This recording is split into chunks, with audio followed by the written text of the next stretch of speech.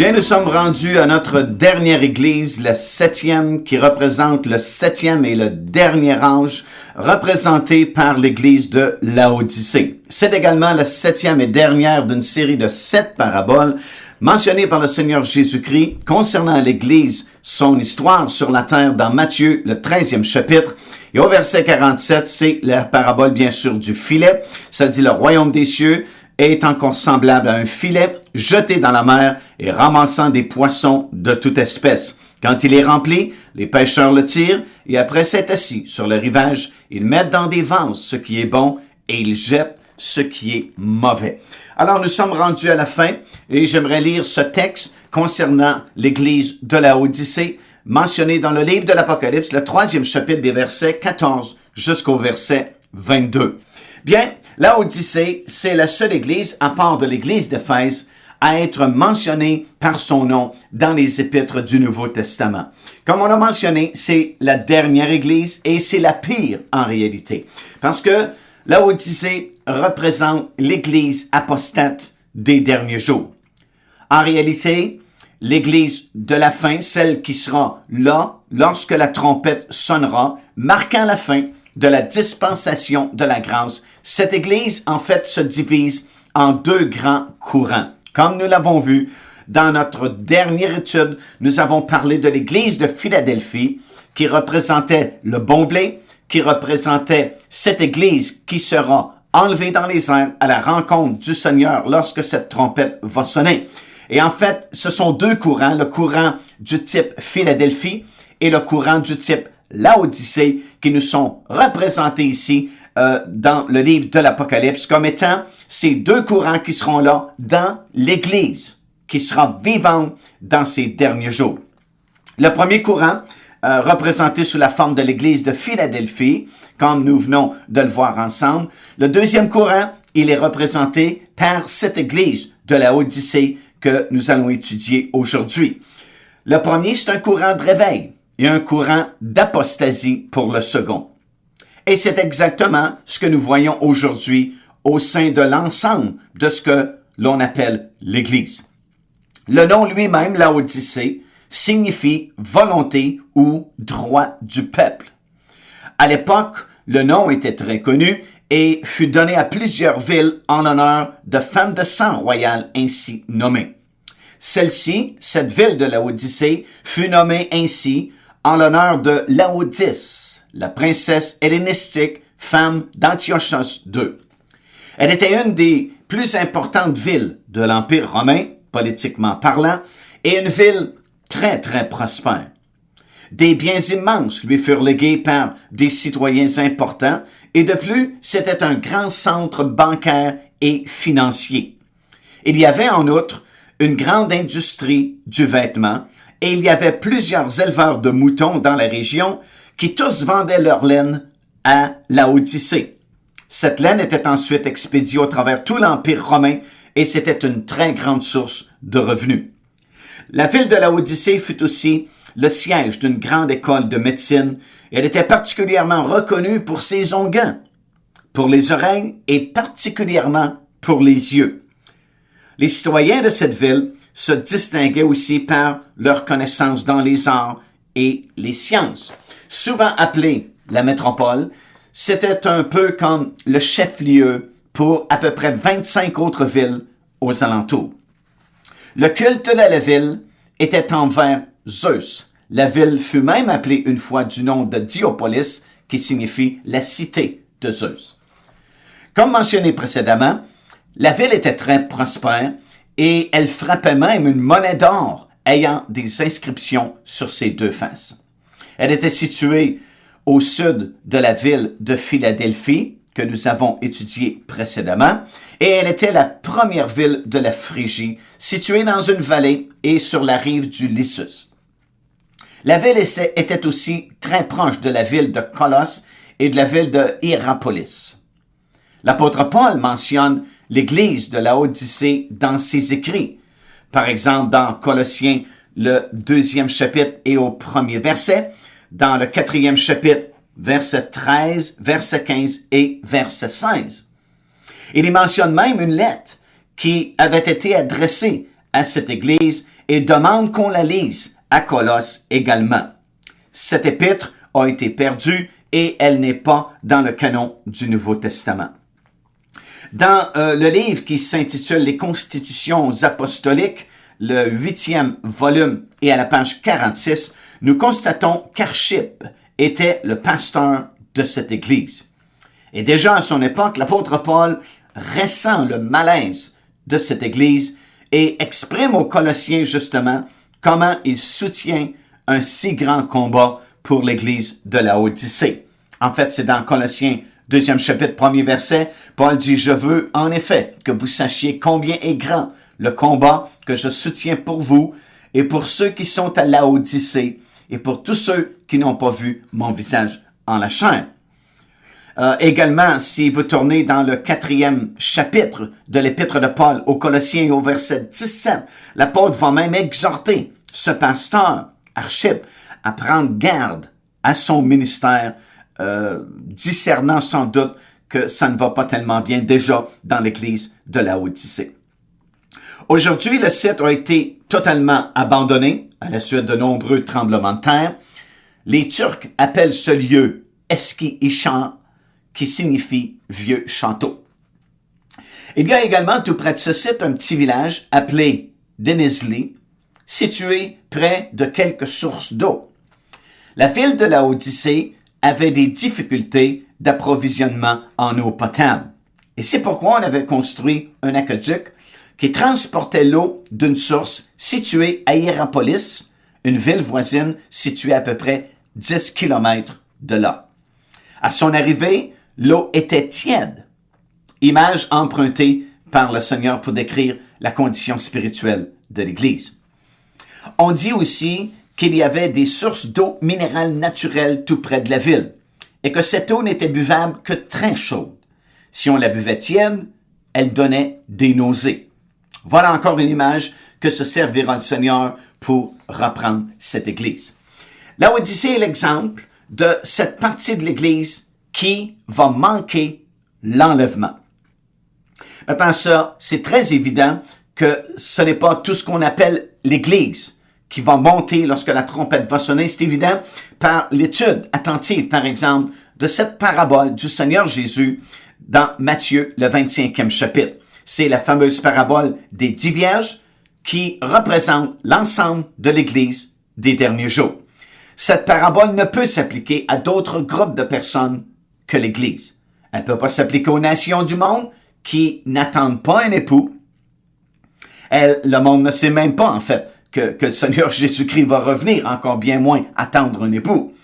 La parabole ne peut s'adresser aux Juifs non plus, parce que ceux-ci n'attendent pas un époux, mais ils attendent un Messie. Il ne reste donc qu'un seul groupe de personnes qui attend un époux, et c'est bien sûr l'Église du Seigneur Jésus-Christ. Et dans cette parabole des 10 vierges qu'on va parler plus en détail un petit peu plus tard, voilà à nouveau nos deux courants de la fin, les vierges sages et les vierges folles.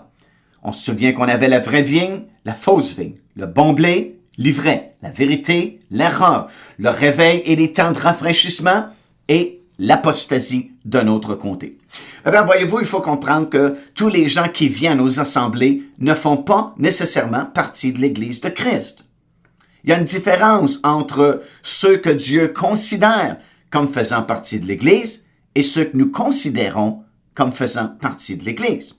Alors, Laodicée est donc cette partie de l'Église des derniers jours qui a placé la parole de Dieu, en fait, à l'arrière-plan. On se souvient que l'Église de Philadelphie, tout au contraire, avait placé la parole de Dieu à l'honneur. Et la seule raison pour laquelle cette Église a la promesse d'être enlevée lorsque la trompette va sonner, c'est parce que tu as gardé ma parole. Tu as eu la persévérance à garder ma parole. Bien, Laodicée, c'est contraire. On a placé la parole de Dieu à l'arrière-plan. On l'a remplacée par d'autres moyens, dit-on, plus sophistiqués. Oh, ils ont encore la Bible en main, mais ce n'est plus l'autorité suprême. Ces pasteurs ou ces enseignants de la parole ne sont plus suffisants, voyez-vous, comme elle dit. Pour régler les problèmes modernes des gens, non, ça prend plutôt des professionnels. On a remplacé les 5 ministères dons d'Éphésiens 4:11 par, entre guillemets, des professionnels avec des diplômes universitaires. Laodicée a remplacé l'enseignement de base des apôtres dans la parole de Dieu par, premièrement, les philosophies modernes, deuxièmement, la psychologie et la psychothérapie qui vous fait remonter jusqu'à votre enfance et quelquefois même jusque dans ce fœtus, dans votre mère. Troisièmement, a remplacé la simplicité de l'Évangile par l'Évangile de l'estime de soi. Quatrièmement, par l'humanisme. Cinquièmement, par les sciences du comportement humain. Sixièmement, par l'Évangile du matérialisme. Septièmement, par les cours de motivation et de visualisation. La Bible nous met en garde contre ces choses, disant qu'il est possible que ces choses, qu'on devienne plutôt la proie de toutes ces choses. Une proie, en fait, c'est quelqu'un qui est pris au piège. Et c'est ce que sont les membres de Laodicée. Si vous tournez avec moi dans Colossiens, le 2e chapitre, dans la parole du Seigneur, ça dit ici, prenez garde au verset 8, que personne ne fasse de vous sa proie par la philosophie, par une vaine tromperie, s'appuyant sur la tradition des hommes, sur les rudiments du monde et non sur Christ. Alors la Bible déjà nous met en garde, nous a mis en garde contre ces choses modernes que nous voyons dans notre Église aujourd'hui. La Bible dit dans Éphésiens chapitre 4 et le verset 14 de ne plus être des enfants flottants et emportés à tout vent de doctrine par la tromperie des hommes, par leur ruse dans les moyens de séduction. Également dans 2 Timothée, chapitre 4, versets 2 et 3, la Bible dit « Prêche la parole, insiste en toute occasion, favorable ou non, reprend, censure, exhorte avec toute douceur et en instruisant, car il viendra un temps où les hommes ne supporteront plus la saine doctrine. Mais ayant la démangeaison d'entendre des choses agréables, ils se donneront une foule de docteurs, selon leur propre désir, et détourneront l'oreille de la vérité et se tourneront vers les fables. Oh, on est exactement rendu ici dans cette situation dépeinte par l'apôtre Paul. La Bible dit également dans Hébreux, le 13e chapitre et les versets 8 et 9, que Jésus est le même, hier, aujourd'hui, éternellement. Jésus ne change pas, même si nous sommes peu près de l'an 2000, c'est le même Jésus que nous lisons dans le livre des Actes des Apôtres. Et dans le verset suivant, le verset 9, ça dit, « Ne vous laissez donc pas entraîner par des doctrines diverses et étrangères à la parole de Dieu, car il est bon que le cœur soit affermi par la grâce et non par des aliments qui n'ont servi de rien à ceux qui y sont attachés. » Oh, quel avertissement sérieux de la parole du Seigneur. Non, la réponse n'est pas dans ces choses qu'on a ajoutées dans l'église de Laodicée. La réponse est en Jésus. La réponse est la même. C'est Jésus, parce que Jésus demeure le même et que la parole demeure la même. Si nous retournons dans Colossiens, le 2e chapitre, tout de suite après ce 8e verset, là où la Bible nous met en garde pour ne pas devenir la proie de la philosophie moderne et de tous ces enseignements modernes, ça dit au verset 9, « Car en lui, le Seigneur Jésus, habite corporellement toute la plénitude de la divinité. Vous avez tout pleinement en lui. » Oh, gloire à Dieu. On n'a pas besoin d'autre chose. Nous avons tout en lui, comme nous disent les Écritures. Alors, ces chrétiens modernes, ils sont devenus tièdes et agissent comme un peu des pantins sous la belle direction d'une clique religieuse qui, enfermés dans leur tour d'ivoire, ont institutionnalisé l'Église du Seigneur Jésus-Christ, se rendant semblable aux pharisiens de l'époque, qui, prétendant être les gardiens et les défenseurs de la loi, s'étaient eux-mêmes retranchés du peuple, très loin de la simplicité de l'Évangile. En fait, en résumé, c'est l'apostasie dont l'apôtre Paul parlait dans sa lettre aux Thessaloniciens. Dans 2 Thessaloniciens, 2e chapitre, 3e verset, il dit que personne ne vous séduise d'aucune manière, car il faut, on n'a pas le choix, il faut que l'apostasie soit arrivée auparavant, c'est-à-dire avant l'enlèvement de l'Église, et qu'on ait vu paraître l'homme du péché, le fils de la perdition. Alors voilà, c'est l'Église qui représente cette apostasie, tandis que Philadelphie représente le réveil et les temps de rafraîchissement dans ces derniers jours. Alors si nous retournons dans notre texte principal, dans le livre de l'Apocalypse, le 3e chapitre et au verset 14, ça dit « Voici ce que dit l'Amen, le témoin fidèle et véritable, le commencement de la création de Dieu. » Regardons un petit peu à ces différentes caractéristiques du Seigneur Jésus-Christ qui parle à son Église tout au long de ces 7 anges différents. Au tout début, à l'Église d'Éphèse, il s'est présenté comme celui qui tient les 7 étoiles dans sa main droite et qui marche au milieu des 7 chandeliers d'or. À l'Église de Smyrne, il se présente comme étant le premier et le dernier, celui qui était mort et qui est revenu à la vie. À l'Église de Pergame, il se présente comme celui qui a l'épée aiguë à 2 tranchants.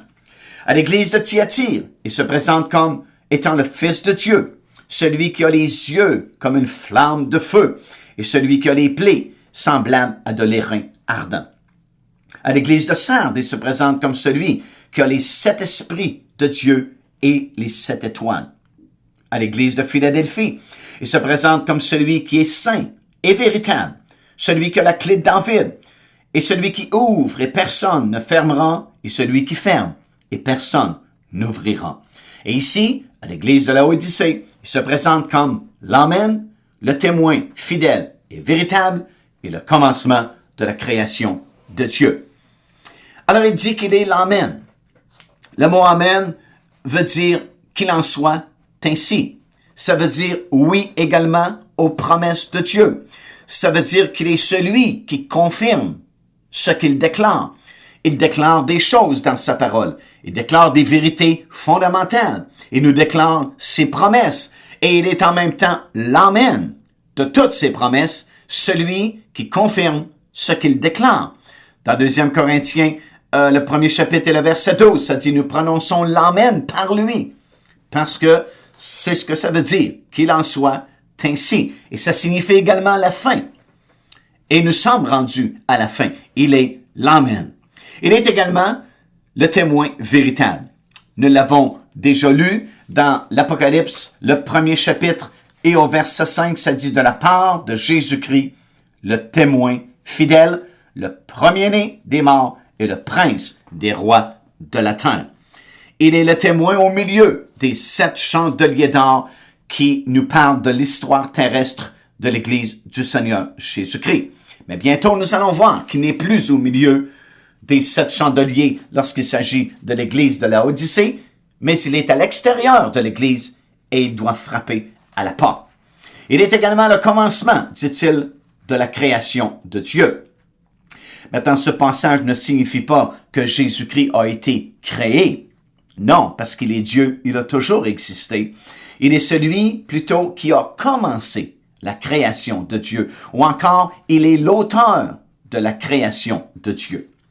Dans l'Évangile de Jean, le 1er chapitre et le verset 3, ça dit, à partir du 1er verset plutôt jusqu'au 3e verset, ça dit, au commencement était la parole était avec Dieu, et la parole était Dieu. Et au verset 23, ça dit, toutes choses ont été faites par elle, la parole, et rien de ce qui a été fait n'a été fait sans elle. Et on sait que la parole, c'est Jésus-Christ, puisque Jean dit la parole s'est fait chair et elle a habité parmi nous. Dans 1 Corinthiens chapitre 8 et le verset 6, ça dit qu'il n'y a qu'un seul Seigneur, Jésus-Christ, par qui sont toutes choses et par qui nous sommes. Et dans Colossiens, voilà un bon texte dans le 1er chapitre, verset 16 et le verset 17, ça dit « Car en lui ont été créées toutes les choses qui sont dans les cieux et sur la terre, les visibles et les invisibles, les trônes, les dignités, les dominations, les autorités, tout a été créé par lui et pour lui. Il est avant toute chose et toute chose subsiste en lui. » Alors, s'il est avant toute chose, c'est évident qu'il est le créateur et qu'il n'a pas été créé. Dans 2 Corinthiens chapitre 5 et le verset 17, ça parle cependant d'une nouvelle création lorsqu'on accepte le Seigneur Jésus-Christ comme notre Seigneur et Sauveur personnel. Et dans Colossiens, le 1er chapitre et au verset 18, ça dit qu'il est le commencement de la nouvelle création. Qu'est-ce que ça veut dire? Bien évidemment, lorsqu'une personne accepte le Seigneur Jésus-Christ, il est né de nouveau. Nous devenons une nouvelle création ou créature en Jésus-Christ, comme 2 Corinthiens 5, 17 nous l'affirme. Et Jésus-Christ a dit qu'il est, on l'a lu il y a quelques instants dans Apocalypse, 1er chapitre, le verset 5, le premier-né des morts. C'est-à-dire que lorsque Jésus-Christ est ressuscité des morts, il a été le numéro 1, le premier-né de cette nouvelle création. Et chaque enfant de Dieu qui est né de nouveau, devenant un enfant de Dieu à ce moment-là, il est le deuxième premier-né, troisième premier-né, quatrième, cinquième, sixième, millième, 10 millième, 100 millième, et ainsi de suite. Mais Jésus-Christ a été le premier-né de cette nouvelle création. Il est la tête de l'Église, il est le commencement de cette nouvelle création, afin, nous dit Colossiens 1,18, d'être le premier en tout. Maintenant, si nous poursuivons dans Apocalypse 3e chapitre des versets 15 jusqu'à 19, nous lisons ceci, « Je connais tes œuvres, je sais que tu n'es ni froid ni bouillant. Puisses-tu être froid ou bouillant? Ainsi, parce que tu es tiède et que ni froid ni bouillant, je te vomirai de ma bouche.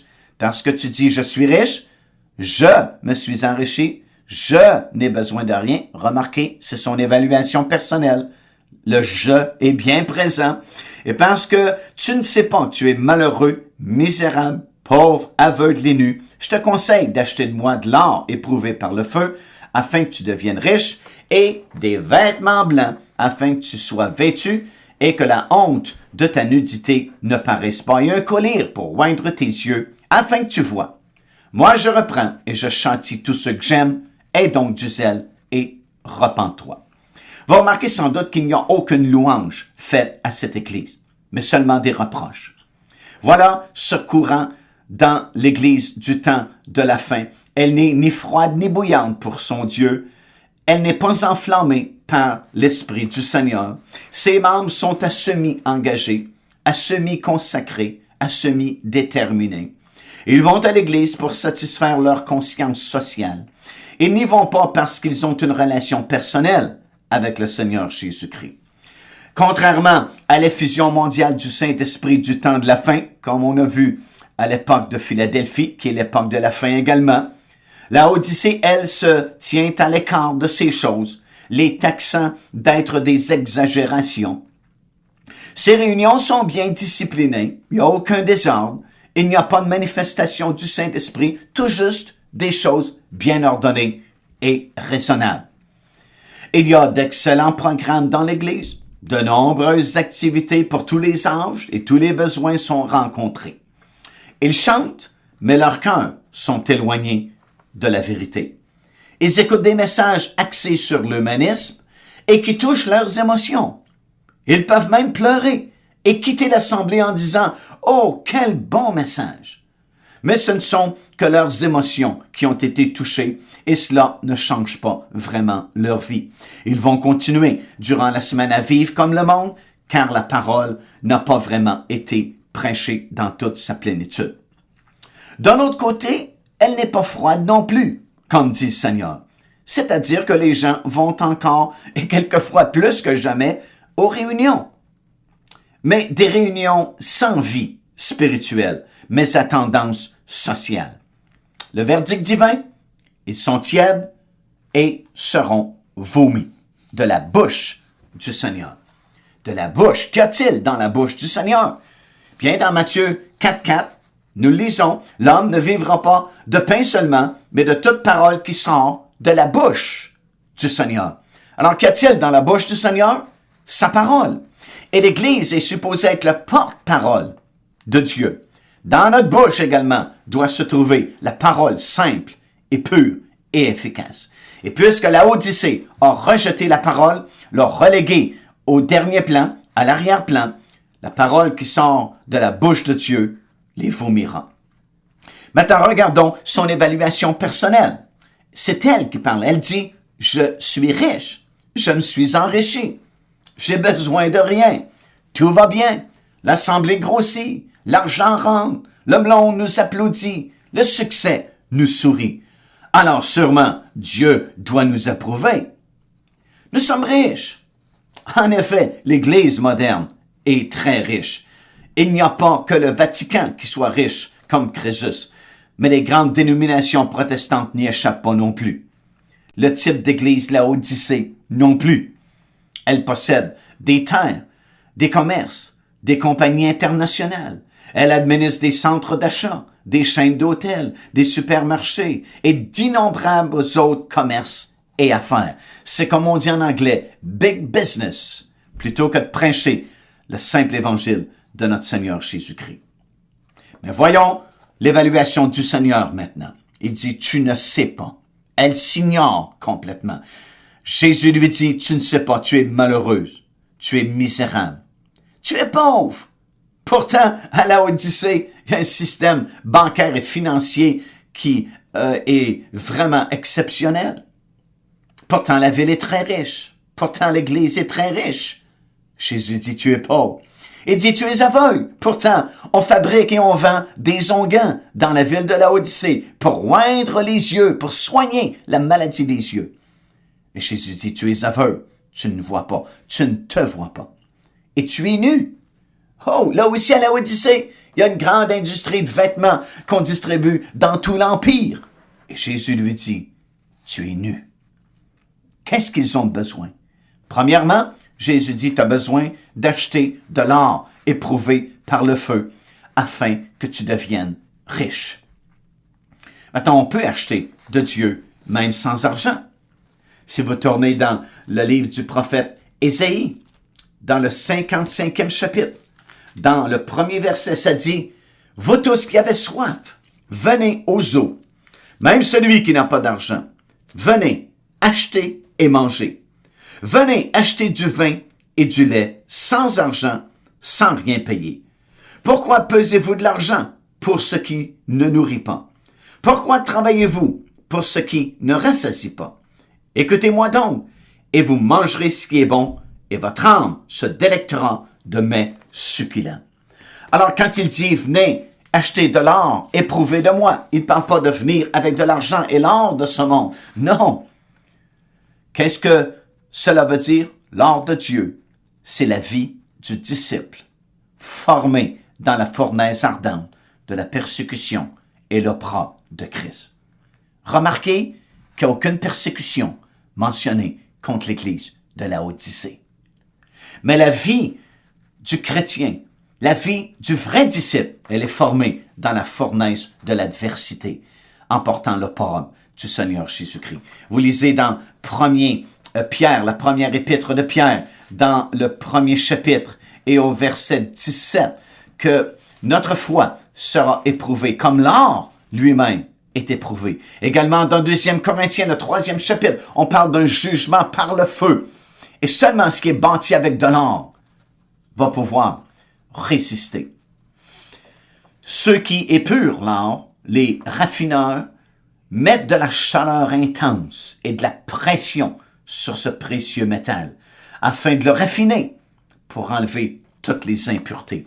Et l'adversité n'est pas là pour nous détruire, mais l'adversité, les persécutions, l'opprobre de Christ sont là afin de nous raffiner, afin de nous chauffer, afin de mettre de la pression sur nous pour enlever les imperfections et les impuretés. Notre or est éprouvé. Et c'est ce que Dieu dit, ce que le Seigneur Jésus-Christ dit à cette Église. Ce qu'ils ont besoin, c'est d'avoir cet or éprouvé, non pas cet or, ce métal précieux, cet argent, cette valeur humaine, mais l'or qui est éprouvé par le feu, qui est la marque du vrai disciple du Seigneur Jésus-Christ. Deuxièmement, Seigneur Jésus lui conseille d'acheter des vêtements blancs, afin, dit-il, que tu sois vêtu et qu'on ne voit pas la honte de ta nudité. Maintenant, comme on a mentionné, il y avait une grande industrie de vêtements à Laodicée qui distribuait tous ces vêtements parmi tout l'Empire romain. Mais ils ont besoin des vêtements du Seigneur. Dans le livre de l'Apocalypse, chapitre 19, verset 7 et le verset 8, nous lisons « Réjouissons-nous et soyons dans l'allégresse et donnons-lui gloire, car les noces de l'agneau sont venues et son épouse s'est préparée et il lui fut donné de se revêtir d'un fin lin éclatant, pur. » Oh, gloire à Dieu! C'est de ce vêtement-là que l'Église doit être revêtue. Le vêtement, ce sont les œuvres des saints, comme nous lisons ailleurs dans les Écritures. Et les œuvres de la Odyssée, ce sont des œuvres humaines. Ce sont des œuvres purement humanisme. Ce ne sont pas les œuvres qui ont été préparées pour elle par le Seigneur Jésus-Christ. Donc, c'est du temps perdu et on n'a pas de vêtements pour ces choses. Troisièmement, le Seigneur lui recommande d'acheter un collier. Maintenant, c'est vraiment ironique parce que la ville de la Odyssée est reconnue pour ses colliers. Un collier, c'est un onguent. Et dit-il, pour oindre tes yeux, afin que tu vois. Et évidemment, la Odyssée est tellement réputée pour ses onguents, particulièrement les onguents pour les yeux. Mais il avait besoin d'un onguent spirituel afin de voir leur condition spirituelle. C'est le Saint-Esprit qui peut ouvrir nos yeux et nous révéler toutes les choses de Dieu, comme c'est mentionné dans 1 Corinthiens, chapitre 2, verset 9 jusqu'à 16. L'Église de la Odyssée ne se voit pas. Elle se considère prospère, riche, à succès, parce que il y a beaucoup de membres. Il y a de l'argent qui rentre à flot, comme on a mentionné précédemment. Ils font beaucoup d'œuvres, des œuvres sociales, des œuvres humanisme. Mais c'est pas ça que le Seigneur demande. Et il dit, hey, viens, achète un collier de moi pour oindre tes yeux spirituels et voir que ta condition spirituelle, c'est que tu es aveugle, tu es nu, tu es pauvre, tu es misérable, tu es malheureuse, malgré toutes tes richesses et ton affluence. Verset 19, Jésus dit, moi je reprends et je châtie tous ceux que j'aime. Aie donc du zèle et repens-toi. Voilà encore une exhortation à la repentance, même à cette église de la Odyssée, même à cette église apostate. Seigneur Jésus-Christ fait appel à ses membres afin qu'ils se repentent. Si nous sommes des enfants de Dieu, comme nous lisons dans la parole du Seigneur, il va nous reprendre, pas pour nous détruire encore une fois, mais pour nous corriger et nous rendre semblables à son Fils. Dans Hébreux, le 12e chapitre, des versets 4 jusqu'à 11, ça dit, vous n'avez pas encore résisté jusqu'au sang en luttant contre le péché. Et vous avez oublié l'exhortation qui vous est adressée comme à des fils. Mon fils, ne méprise pas le châtiment du Seigneur et ne perds pas courage lorsqu'il te reprend, car le Seigneur châtie celui qu'il aime et il frappe de la verge tous ceux qu'il reconnaît pour ses fils. Supportez le châtiment, parce que c'est comme des fils que Dieu vous traite, car quel est le fils qu'un père ne châtie pas? Mais si vous êtes exempt du châtiment, auquel tous ont part, vous êtes donc des enfants illégitimes et non des fils. D'ailleurs, puisque nos pères selon la chair nous ont châtiés et que nous les avons respectés, ne devons-nous pas, à bien plus forte raison, nous soumettre au Père des esprits pour avoir la vie? Nos pères nous châtiaient pour peu de jours, comme ils le trouvaient bon, mais Dieu nous châtie pour notre bien, afin que nous participions à sa sainteté. Il est vrai que tout châtiment semble d'abord un sujet de tristesse et non de joie, mais il produit plus tard pour ceux qui ont été ainsi exercés un fruit paisible de justice. Puis, au verset 20 jusqu'à 22, le Seigneur Jésus dit ceci, et c'est vraiment quelque chose d'exceptionnel. Il dit, voici, je me tiens à la porte, et je frappe. Si quelqu'un entend ma voix et ouvre la porte, j'entrerai chez lui, je souperai avec lui, et lui avec moi. Celui qui vaincra, je le ferai asseoir avec moi sur mon trône, comme moi j'ai vaincu, et je me suis assis avec mon Père sur son trône. Que celui qui a des oreilles entende ce que l'Esprit dit aux églises. Quelle image pathétique. Christ, en dehors de sa propre église, frappant à la porte. Alors, la Odyssée, comme on a expliqué il y a quelques minutes, est une église à succès, selon les normes de ce monde. Beaucoup de gens, beaucoup d'argent, beaucoup d'activités, beaucoup de programmes. Elle dit elle-même, je suis riche, je n'ai besoin de rien. Elle ne s'occupe pas vraiment des autres autour d'elle. Elle est riche, elle n'a besoin de rien. Elle parle de Jésus, elle chante au sujet de Jésus. Quelquefois, dans ses messages, elle va mentionner le nom de Jésus, mais Jésus n'est même pas au milieu d'eux. Il est dehors, à la porte, et il frappe. Et il dit, si quelqu'un entend ma voix dans cette église de la Odyssée et ouvre la porte, j'entrerai chez lui et je souperai avec lui. Qu'est-ce que ça veut dire, souper avec lui et lui avec nous? Ça veut dire une communion avec le Seigneur. Dans le contexte biblique et au Proche-Orient, lorsqu'on parle de souper, on parle de prendre notre temps. Et si souvent, en Amérique et dans bien des pays du monde, on est pressé, on a du fast-food, on a 15 minutes seulement pour dîner ou pour souper, on fait ça en vitesse. Mais dans le contexte biblique, souper veut dire prendre son temps.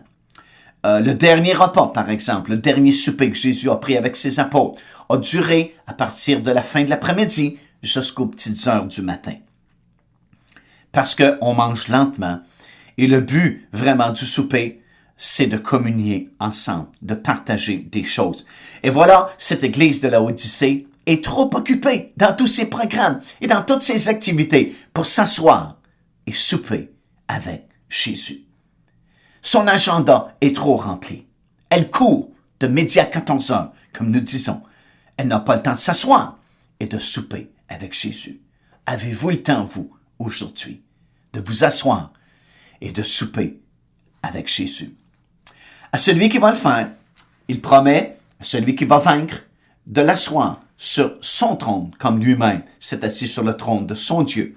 Ce qui signifie que nous allons régner avec lui. Le trône parle d'autorité. Il parle du règne. Il parle du règne qui s'en vient. Et nous allons co-régner avec lui. On va en parler avec beaucoup de détails dans les prochaines études dans cette série sur les prophéties de la fin. Puis, la dernière exhortation, que celui qui a des oreilles entende ce que l'Esprit dit aux églises. En fait, c'est le dernier avertissement de l'Esprit. Désormais, l'Esprit ne parlera plus à l'Église quand celle-ci disparaîtra soudainement de la terre pour se retrouver au ciel avec son Seigneur. Alors voilà, pour la dernière fois, c'était répété à chaque époque, mais pour la dernière fois, l'Esprit dit que celui qui a des oreilles entende ce que l'Esprit dit aux Églises.